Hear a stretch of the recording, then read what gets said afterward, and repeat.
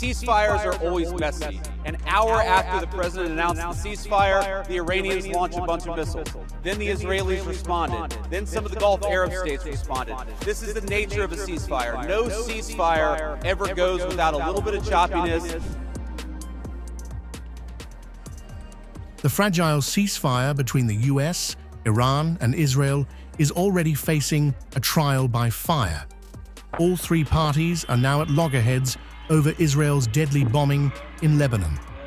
This military operation has led to diplomatic daggers between the warring sides and multiple global powers.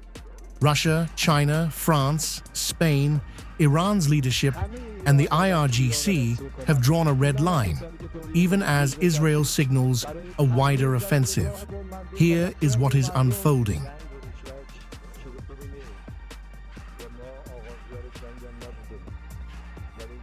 Israel's massive air campaign across Lebanon has left over 250 dead and more than 1,000 injured. Strikes rocked Beirut, Sidon, Tyre, and the Beqaa Valley within minutes. The operation, targeting Hezbollah infrastructure, has triggered outrage and accusations of violating both sovereignty and ceasefire commitments. Lebanon's leadership is now calling this a direct challenge to global efforts to stop the war. Iran has responded with its strongest warning yet. Esmail Qa'ani has declared that a severe and regretful punishment awaits Israel.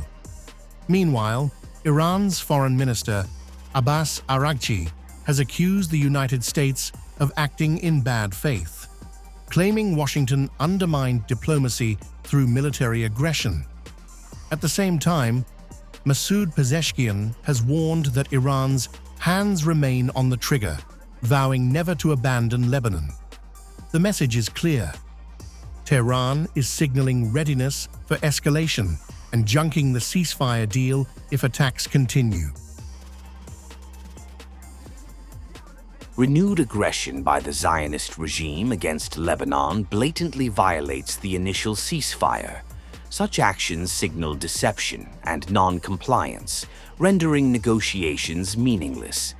Our hands remain on the trigger. Iran will never forsake its Lebanese brothers and sisters. China has now stepped in, raising the diplomatic stakes. Mao Ning issued a strong statement condemning the violation of Lebanon's sovereignty and calling for restraint.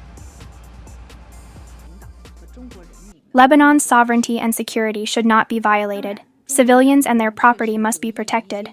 We call on relevant parties to stay calm and exercise restraint to help de-escalate the situation in the region. Behind the scenes, a frantic diplomatic scramble is underway.